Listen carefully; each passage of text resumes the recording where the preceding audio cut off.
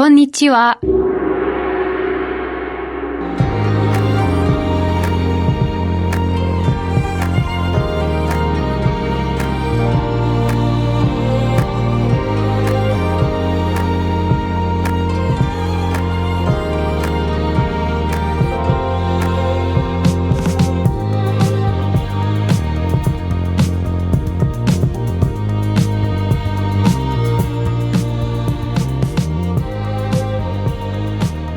Bom dia, Tóquio! Chegamos ao dia 12 do Contra-Regra nos Jogos e hoje finalizaremos a nossa viagem pelo continente africano com um dos países mais conhecidos da região.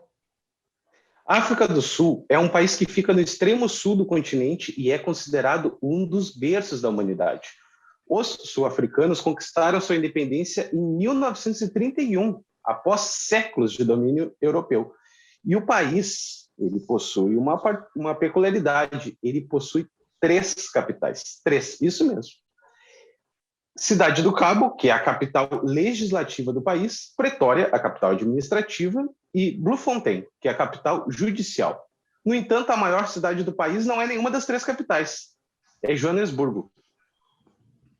Bom, e a África do Sul, né, ela é lembrada por um período muito triste na história da humanidade, que de 1948 até o início dos anos 1990 vigorou no território do país o apartheid, que era um regime de segregação racial, um dos mais pesados e mais fortes da história. E um dos ícones dessa luta contra a discriminação, contra o racismo, foi Nelson Mandela, que se tornaria, depois da sua soltura famosa, soltura da prisão, né, depois que ele foi liberado, presidente do país entre 1994 e 1999, lembrando que Nelson Mandela é um prêmio Nobel da Paz. Uma grande figura da nossa história, né? E lembrando que o esporte foi muito importante, uma maneira de pressionar pelo fim do apartheid na África do Sul. Por conta do regime de segregação racial, a África do Sul ela foi suspensa dos Jogos Olímpicos a partir de 1964, a edição de Tóquio. Os sul-africanos foram expulsos do Comitê Olímpico Internacional em 1970, além de serem impedidos de participar de qualquer evento esportivo mundial. E em 1976, antes dos Jogos de Montreal, a seleção de rugby da Nova Zelândia, aquela tradicional seleção de rugby, ela fez um tour pela África do Sul, o que motivou um pedido de exclusão dos neozelandeses das Olimpíadas.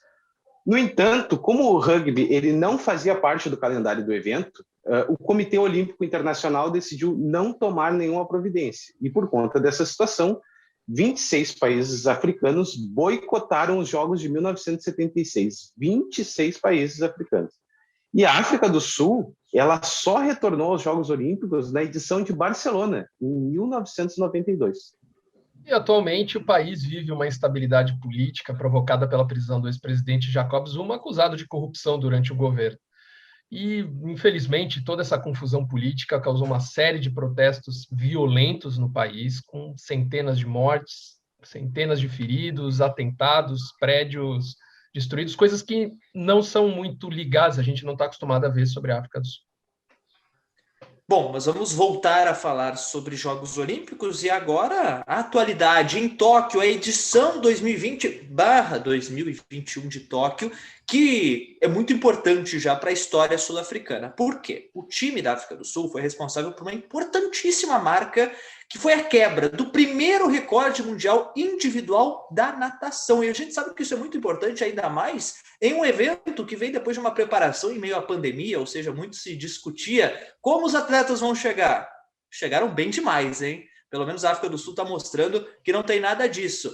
A Tatiana Schoenmaker, de 24 anos, concluiu a prova dos 200 metros peito com uma marca de 2 minutos, 18 segundos e 950 milésimos. O recorde anterior era da dinamarquesa Rikke Pedersen, em 2013, que finalizou o percurso em 2 minutos, 19 segundos e 11 milésimos. Eu estou muito feliz porque eu acertei o nome da atleta sul-africana. E a África do Sul ela nunca sediou os Jogos Olímpicos, mas ela foi o único país africano que já recebeu uma Copa do Mundo. Eu acho que já está na hora de um país africano também receber uma edição dos Jogos Olímpicos. Deixo aqui a minha opinião e Quem sabe seja a África do Sul no futuro. Mas ela recebeu, né, como nós falamos, a edição da Copa do Mundo de 2010. E na história olímpica, o país contabiliza 86 medalhas, sendo 26 ouros, 31 pratas e 29 bronzes. Em Tóquio, a delegação conta com a sua maior quantidade de atletas, né, em toda a história, com 177 atletas. E agora nós vamos para aquele quadro tradicional. A curiosidade com ele, Felipe Strave. Senhores, Alessandro, quando eu falo Fratelli d'Italia, te lembra alguma coisa, né? Te lembra, né? Lembra daquela, né? hino cantado aos gritos. Daquela, né? E o João também provavelmente deve sentir quando vem aquele Ouviram do Ipiranga com a massa, não tem como. E, bom, o sul-africano também sente no dele, que é o Nkosi Sikeleli África, que quer dizer Deus abençoe a África. Só que assim, não, vai falar de hino, mas hino todo país tem. Hino todo país tem, isso é verdade. E alguns nem tem letra no hino, para mim é sem graça, mas tudo bem, deixa os espanhóis com eles.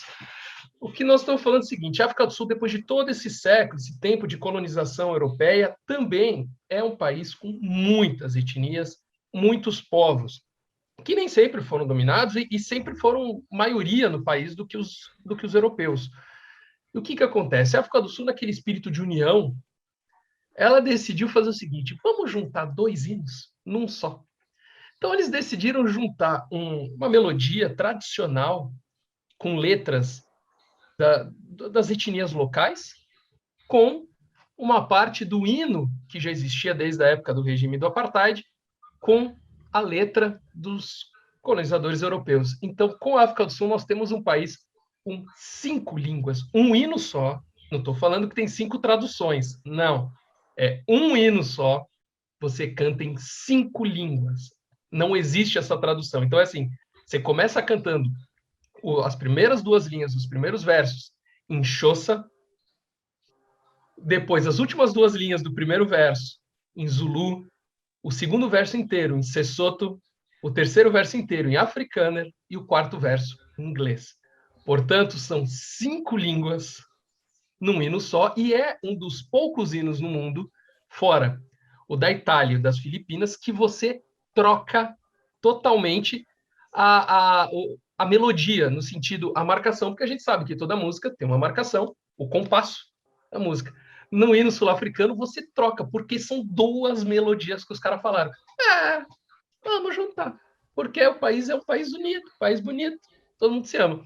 Então, quando o cara fala, ele começa com Nkosi Sikeleli África, em Xhosa, vai ler Izoa imitando Izoyetu, que é em Zulu, Morena Buluka Setiaba Saesu, em Sesotho, Uitebluvan Onse Rimmel, que é em Afrikaner, e termina em South Africa, Our Land. Esse é uma dos versos em cada uma das línguas.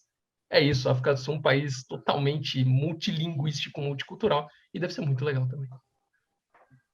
Pois aviador para o nosso Papai Joel.